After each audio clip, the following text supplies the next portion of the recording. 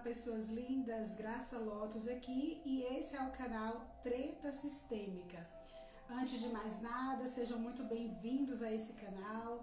Nesse canal a nossa proposta é aprendermos com histórias e contos de fictícios e de pessoas reais, para que a gente possa, através desses contos, dessas histórias, desses relatos, olhar também para dentro de nós, olhar para as nossas feridas e, quem sabe, com essas histórias a gente possa encontrar dentro da gente um lugar de paz e calma e também a ressignificação, ou seja, um novo significado para aquilo que passamos, para aquilo que vivenciamos.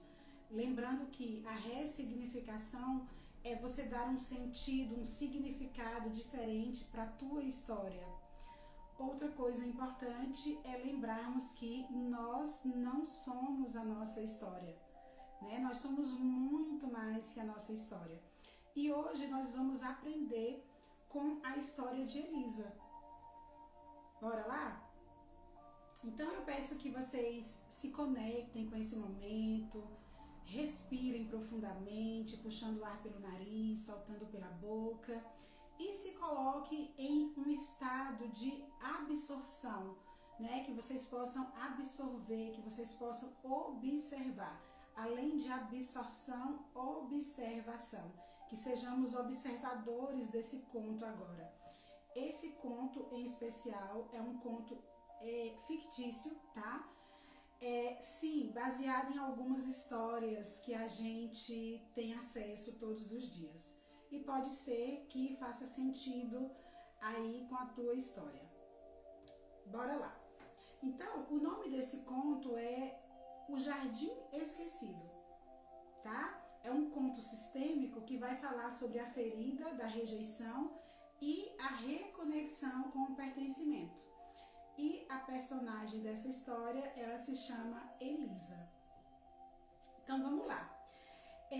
A flor que não florescia.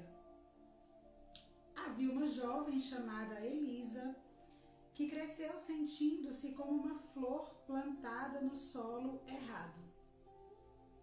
Embora estivesse cercada de pessoas, sentia que não pertencia.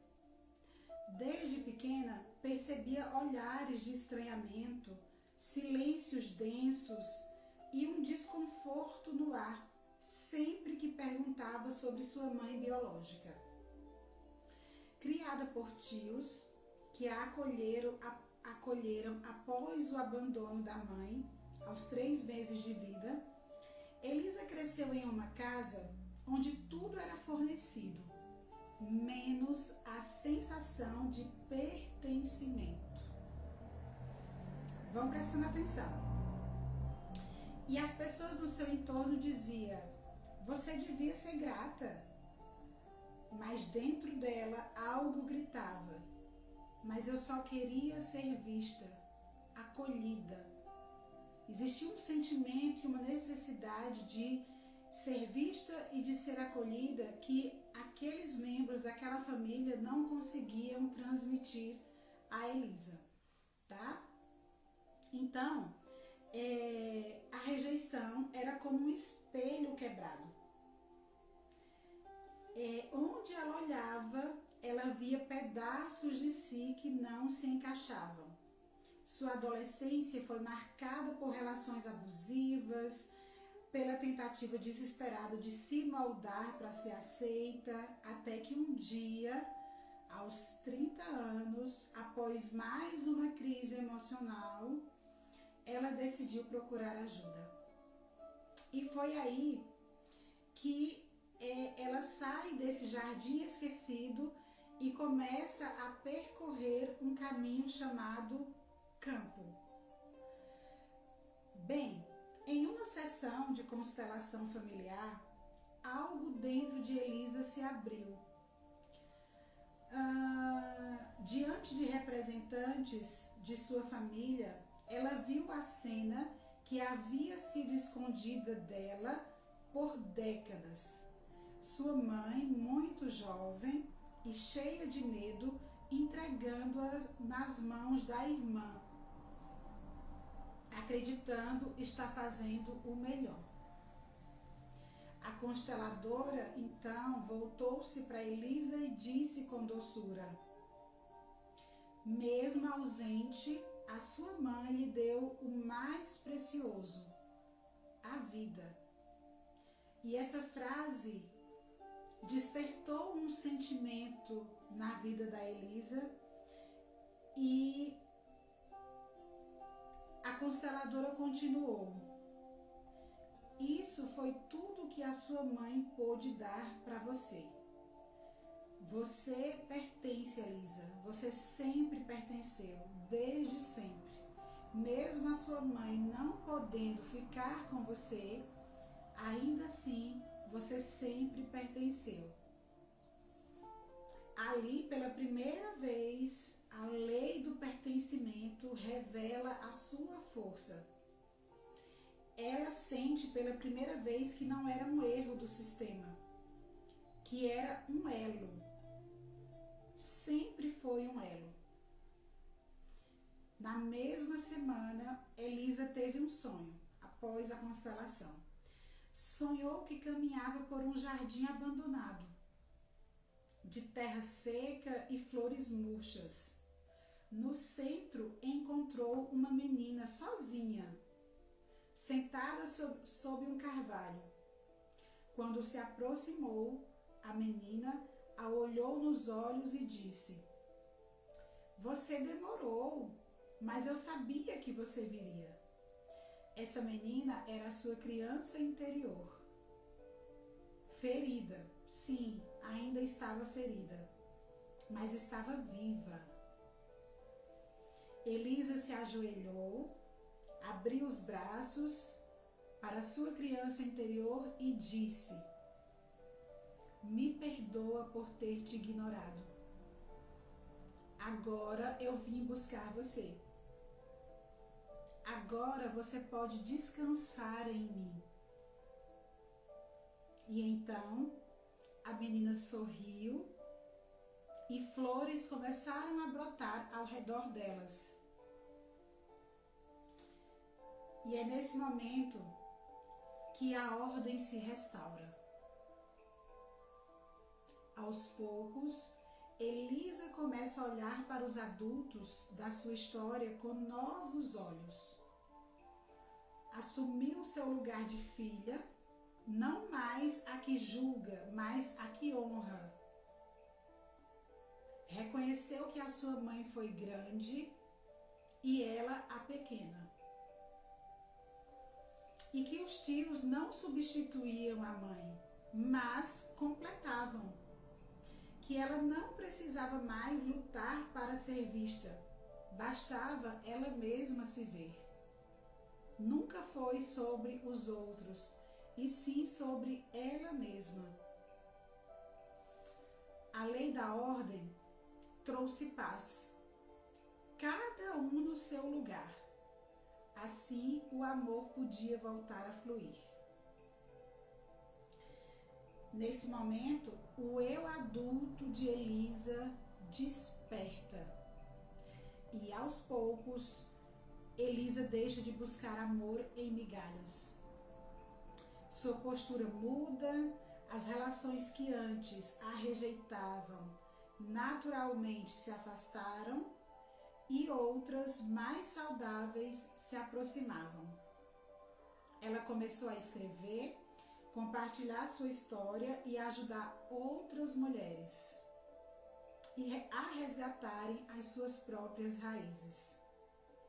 Descobriu que a sua dor era um solo fértil para as curas coletivas.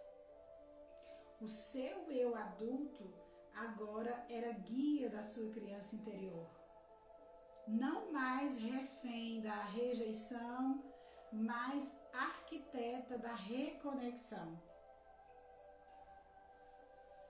Elisa olhou para a sua história e aprendeu sobre o equilíbrio entre o dar e o receber. E ela disse: agora eu recebo tudo o que a vida me deu e devolvo ao mundo o melhor de mim. Nesse momento, a lei do equilíbrio se instala e o que antes era dívida tornou-se troca. Gratidão genuína, não imposta, amor em movimento. Uau! Uau, gente, que história mais linda, né? Então, olha só, o que a história da Elisa nos conta, né? Qual é a visão sistêmica dessa história, desse conto? Primeiro, a ferida da rejeição, né? Elisa se sentia rejeitada, ela se sentia não pertencente no lugar onde ela morava. E nasce o rompimento dessa rejeição com o pertencimento original da sua mãe biológica.